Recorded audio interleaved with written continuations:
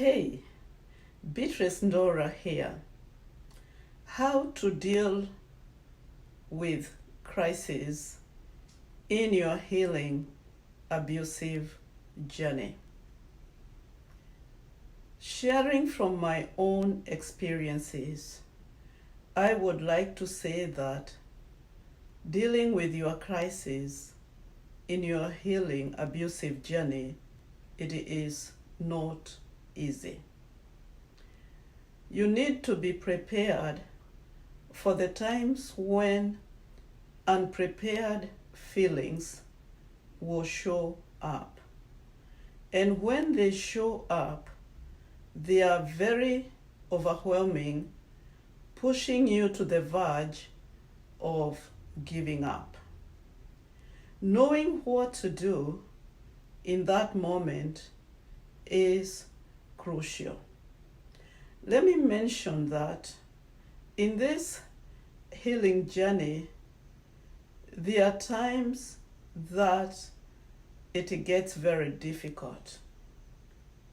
It can bring back those strong, toxic feelings of hopelessness, feelings of grief, feelings of anger. And when that happens, it is like you are going back to the time and living in that moment. Being prepared how to handle this crisis, it's crucial because you will not be stuck. So, what do you need to do?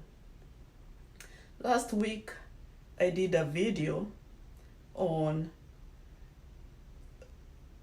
coming up or developing a crisis team, a team that will help you with your crisis. And I will put that video beneath this video, so if you did not watch it, you can watch it.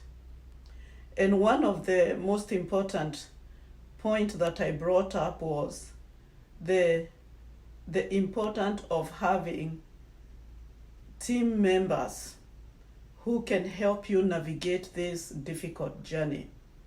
And I said they need to be either friends or family or survivors who really believe in you, believe you are abused, people who will not try to minimize your pain, people who will not be critical, people who will respect you and believe in your capacity to heal. So it is very, very important to have a list with the names of people in your support team and their telephone numbers, so that you can call them anytime when you need support instead of going down on your own. And there are times it can get difficult where you are experiencing suicide feelings, suicidal ideations. And that time it's very, very important to get the help that you need. And let me say that here in the United States of America, when you are going through the feelings of suicide, you can call the National Suicide Prevention Lifeline. And the number is 1-800-273-8255. And you can also text 741-741. My listeners are from different parts of the world, and I am sure that there are some countries without this kind of a privilege. And I can talk about my native Kenya, where I come from. Suicide is a crime. It's a criminal act. And it really bothers me in the 21st century still looking at it that way, knowing that suicide is a mental health issue. And it can be very difficult, to call and say, hey, I'm struggling with feelings of suicide. But there is also something good that is coming up in countries like Kenya.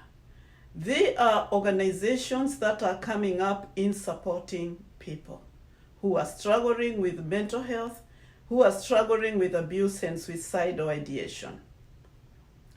When I lived in Kenya, I had availed myself. I was vocal about these issues, and people knew that if you are struggling, come and see me. I will sit down and I will listen to you. I will let you talk about your emotions and your pain without judging you. And we still have those kind of people out there who can help us. So it starts with identifying the people who can be in your support team. And they have agreed to be part of your team. You believe in them and you trust them. Have their telephone numbers and their names handy. When you are in crisis, recalling telephone numbers and names off your head can be difficult. The other thing that you need to do is also before when you are in crisis, reach out for help. And when you are not in crisis, reach out for help. That is when you build the support that you will need when you are in crisis. And also the other thing you can do is, I recommended in my last video that you can also have therapists, professional counselors, trained mental health coaches, and clergy and social workers as part of your team.